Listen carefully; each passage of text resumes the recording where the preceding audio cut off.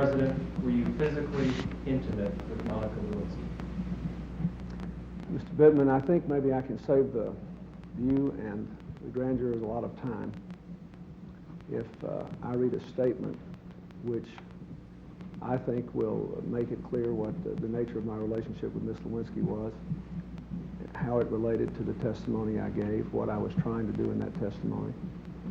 And I think it will perhaps make it possible for you to ask even more relevant questions from your point of view. And with your permission, I'd like to read that statement. Absolutely. Please, Mr. President.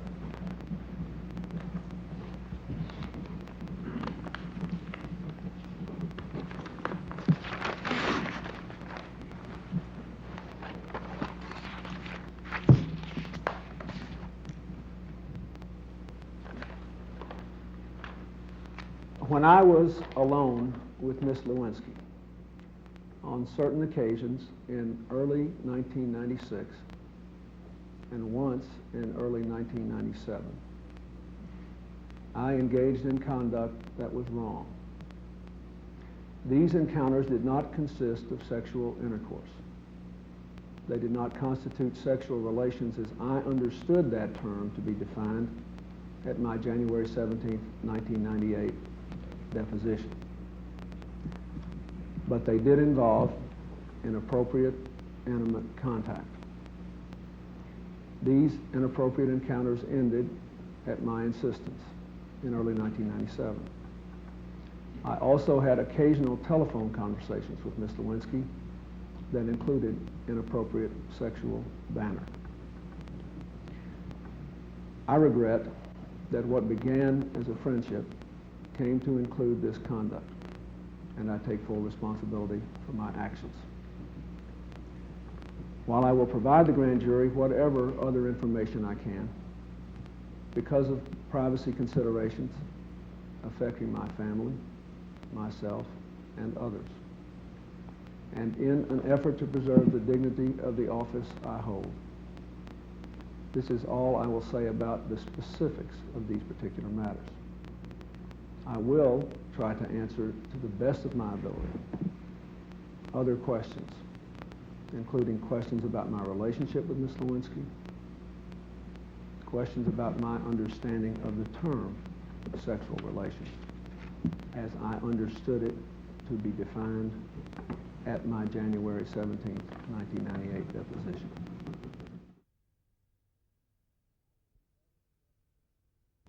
And I believe that is the definition that most ordinary Americans would give it. If you said Jane and Harry have a sexual relationship, and you're not talking about people being drawn into a lawsuit and being given definitions and then a great effort to trick them in some way, but you're just talking about people in ordinary conversation, I'll bet the grand jurors, if they were talking about two people they know and said they have a sexual relationship, they meant they were sleeping together. They meant they were having intercourse together. So I'm not at all sure that this affidavit is not true and was not true in Ms. Lewinsky's mind at the time she swore it out.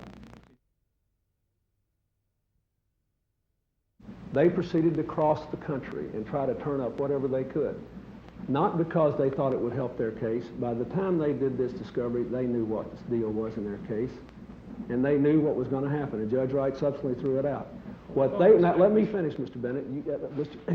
You brought this up. Excuse me, Mr. Bittman. What they wanted to do, and what they did do, and what they had done by the time I showed up here, was to find any negative information they could on me, whether it was true or not, get it in a deposition, and then leak it. Anyway, she worked in the Chief of Staff's office. One night she brought me some pizza. We had some remarks. She had given me a particularly nice book for Christmas, an antique book on presidents. She knew that I collected old books, and it was a very nice thing. And I just thought I ought to get up a few things and give them to her before she left. Ms. Lewinsky said something to me like, what if they asked me about the gifts you've given me? That's the memory I had. That's why I questioned whether it happened on the 28th because she had a subpoena with the request for production. And I told her that if they asked her for gifts, she'd have to give them whatever she had, that's what the law was. After this relationship, this inappropriate intimate relationship between you and Ms. Lewinsky ended, she continued to send you numerous intimate notes, cards. Is that right? Well, some of them were somewhat intimate. I'd say most of the notes and cards were affectionate, all right, but she had clearly accepted the fact that there could be no contact between us that was in any way inappropriate. Well, not only did you not try to involve her, you specifically tried to exclude her and everyone else, isn't that right? Well, yes, I've never, and it's almost humorous, sir. I'd have to be an exhibitionist not to have tried to exclude everyone else. She says you told her. I was never alone with her, right? Well, I was never alone with her. Did you not say that, Mr. President? Mr. Bittman, just a minute. I was never alone with her, right, might be a question. And what I might have meant by that is in the Oval Office complex. You knew the answer. We've been going for more than an hour. Would you mind if we take a break? I need to go to the restroom. Can you tell the grand jury what is tricky about the question? Did anyone other than your attorneys ever tell you? No, there's nothing. I'm just telling. I have explained. I will now explain for the third time, sir. I was being asked a number of questions here. I was struggling to remember them. There were lots of things that had gone on during this time period that had nothing to do with Monica Lewinsky. You know, I believed then, I believe now, that Monica Lewinsky could have sworn out an honest affidavit that under reasonable circumstances and without the benefit of what Linda Tripp did to her would have given her a chance not to be a witness in this case. So I didn't have perfect memory of all these events that have now, in the last 7 months, since Miss Lewinsky was kept for several hours by 4 or 5 of your lawyers and 4 or 5 FBI agents, as if she were a serious felon, these things have become the most important matters in the world. At the moment they were occurring, many other things were going on. It now appears to me they didn't because they were afraid I would give them a truthful answer, and that there had been some communication between you and Ms. Tripp and them, and they were trying to set me up and trick me. And now you seem to be complaining that they didn't do a good enough job.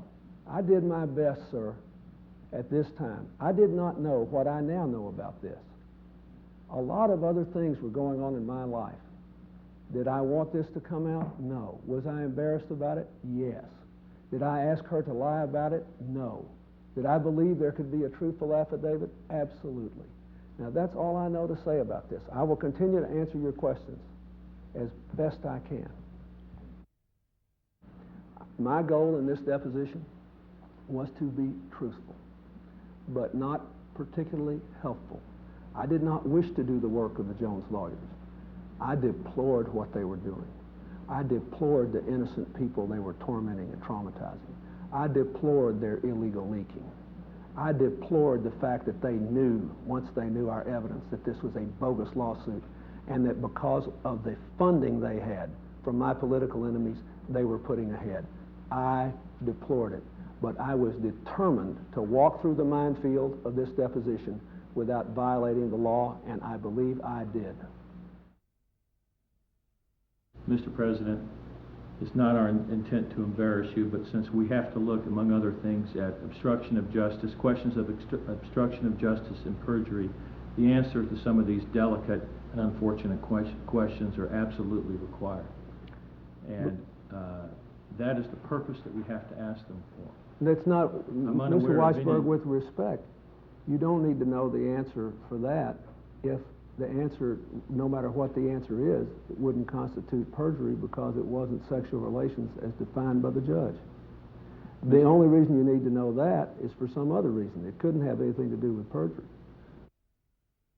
If she says that you kissed her breast, would she be lying? I'm going to revert to my former statement. Okay. If Monica Lewinsky says that while you were in the Oval Office area you touched her genitalia, would she be lying? And that calls for a yes, no, or reverting to your former statement. I will revert to my statement on that. If Monica Lewinsky says that you used a cigar as a sexual aid with her in the Oval Office area, would you be lying? Yes, no, or won't answer? I will revert to my former statement. If Monica Lewinsky says that you had phone sex with her, would she be lying?